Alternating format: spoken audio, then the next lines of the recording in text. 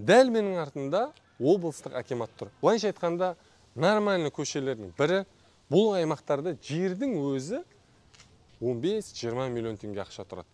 Ал бүгінгі біздің шығаратын коттедж үйіміздің бағасын естісеңіз, шоке боласыз. Достар, мен мына коттедж үйді полный қазір түсіндіріп шығам, но пока что сіз менің YouTube арнама тіркеліп қойыңыз. Ендеше біз бастаймыз.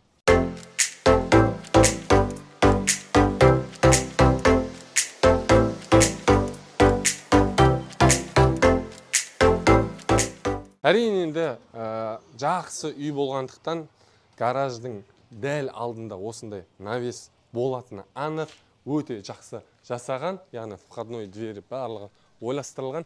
И самый главный, ең жақсысы қазіргі кездегі, енді білмеймін, өзі сондай бір стиль ма, мода ма, воротасы бөлек, и калитка дейді ғой, енді былайша айтқанда, кіретін есігін бөлек орналастырылған.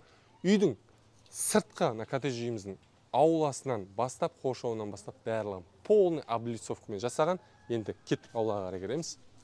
Кәне. Жатам. Мынау біздің ауламыздың көрінісі. Бізде қазір бұл балабақша, өздеріңіз көріп тұрсыздар. Балалар ауладағы не плюстерді айтуға болады? Үйдің бағана айтып өткендегідей қоршауынан бастап, мына гаражы, жаздық, времянкісі, және де коттедж үйіміздің өзі толығымен облицовкамен салынған, ауласы толығымен брусчаткаланған. Енді жерінің көлеміне келетін болсақ 10 соттық, как стандартына. Енді біз қазір артқы бөлігінде көре салайық, на всякий случай, сізге де қызықты болар деген ойдамын. Төбесіндегі шатырын ерекше айтып кетейін. Өте бағалы шатырмен жасаған, яғни материал жақсы. И плюс фундаменттің сыртын қаптауында көрсетіп жүр. Фундаменттің сыртын қаптауын прямо балықтың қабыршағы болады, сондай сияқты жасаған екен. Енді күшті тема, өзіме ұнады. Коттедж үйіміздің еңсесі биік, артқы бөлігі енді мынадай болып тұр енді әзірге. Өткен себебі неге? Бұны қазіргі уақытта балабақша ретінде қолданылып жатыр. Қоспа стройкадан аса қатты ештеңе жоқ, но бірақ та айтылып тұрған бағаның өзі дым жоқ болса да өте әдемі. Есіктің алдындағы дәл осы баспалдақты айтып кетпеу мүмкін емес, себебі өте жақсы жасаған екен. Неге? Үйге де, яғни коттедж үйімізге қарай да кіріп кететіндей қылып, және де жаздық времянкаға қарай кіріп кететіндей қылып ыңғайлы қылып жасаған. Енді кеттік ішке қарай кірейік. Мынау бізде аяқ киім шешуге арналған шағын аймақ. Дәл осы жерден оңға және солға қарай өте аласыз. Бірінші сол жақтан бастайық. Дәл қазіргі таңда енді балабақша ретінде қолданып жатқандықтан бұл аймақты қазір медпункт ретінде қолданып отыр екен. Былайша әпежетті үлкен бөлме, и оның ар жағында тағы да мынандай бір бөлме бар. Тамаша. Кеттік ары қарай.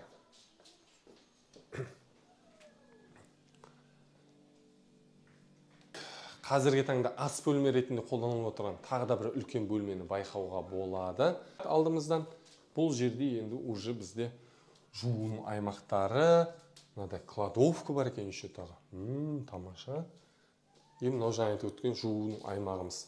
Үлкен, былайша айтқанда, енді алда уақытта үй ретінде қолдансаңыз, дәу үлкен ванна, душевой немесе. Тамаша. Кабинет ретінде пайдаланып отыр екен. Тағы да бір бөлме. И мына коттедж үйдің тағы да бір ерекшелігін айта кетейін. Жаздық времянкіден сіз бірден коттедж үйімізге қарай өтіп кете аласыз. Коттедж үйіміздің ең басты входной бағана көрсеткен есігіміз мына жақтан кіреміз. Үлкен аяқ киім шешуге арналған аймақ бар. Бұл жына айтпақшы айта кетейін, едені кафелденген, ал қалған үйдің едені ламинат, қателеспесем. Мынау бізде бірінші қабаттың холлы,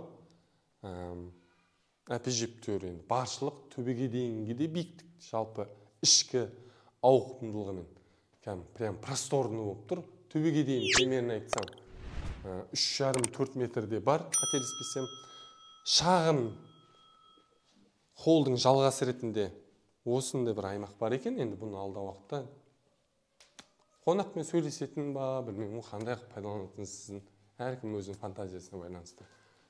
Лестницаның астында да бір бөлік бар екен. Біздің самый главный айтатын тағы да бір ерекшелігіміз, лестницаның мықты қылып жасалғандығында табиғи ағаш прям мықты. Енді залды көрейік. Енді зал енді сөз жоқ енді. Мен шамамен бағана жобамен есептедім. Примерно айтайын ба, қанша квадрат бар екен? 60 квадрат.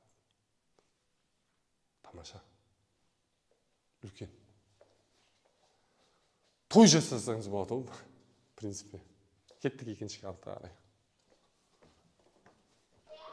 Екінші қабаттамыз. Екінші қабат бізде үлкен де осындай холлымен ерекшеленеді. Енді алдағы уақытта бұл жерде демалыс орын жасауға болады, теледидар көретін бөлме ретінде немесе қонақ қабылдап әңгімелессеңіз де болады.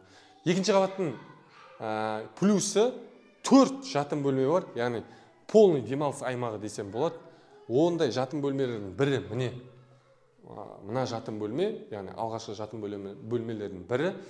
Әр жатын бөлменің квадратурасы 20 шаршы метрден. Ойлаңызшы, яғни үлкен бөлме осындай, каждый бөлмесі. Кеттік ары қарай.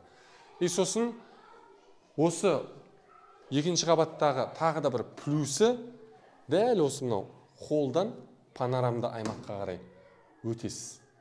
Алдағы уақытта кофе, чай немесе кітап оқитын жер ретінде пайдалансаңыз болады.